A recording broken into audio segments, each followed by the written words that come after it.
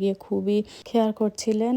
আর যারা আমরা সবাই গিয়েছি সবাইকেই কল দিয়েছেন যে চলে এসো আজকে একটু তাড়াতাড়ি। তো ভাবি আর ভাইয়ার এরকম আন্তরিকতা দেখে আসলেই খুবই ভালো লেগেছে। ভাবির তৈরি করা সবগুলো আইটেমই এত মজা হয়েছে, সবগুলাই ইউনিক আর অনেক সুন্দর করে রান্না করেছেন, আপনারা দেখতেই বুঝতে পেরেছেন।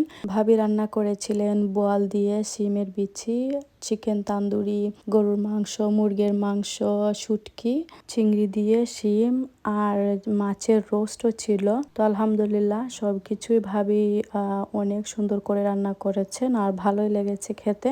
প্রথমেই ভাইয়ারা যারা এসেছেন তারা খাওয়া দাওয়া করে নিবেন, তারপর আমরা খাওয়া দাওয়া করব। আমেরিকা আসার পরে খুবই এনজয় করছি সবগুলা ঈদ আলহামদুলিল্লাহ। কষ্ট শুধু নিজের ভাই বোন বাবা তাদেরকে পাচ্ছি না, এইটাই আর কি। আর এখানে তো সবাই জানেন আমার একজন ফুফু আছেন, ফুফাতো বোন আছেন, তাদেরকে নিয়েই আমার ঈদটা কাটানো হচ্ছে আর কি।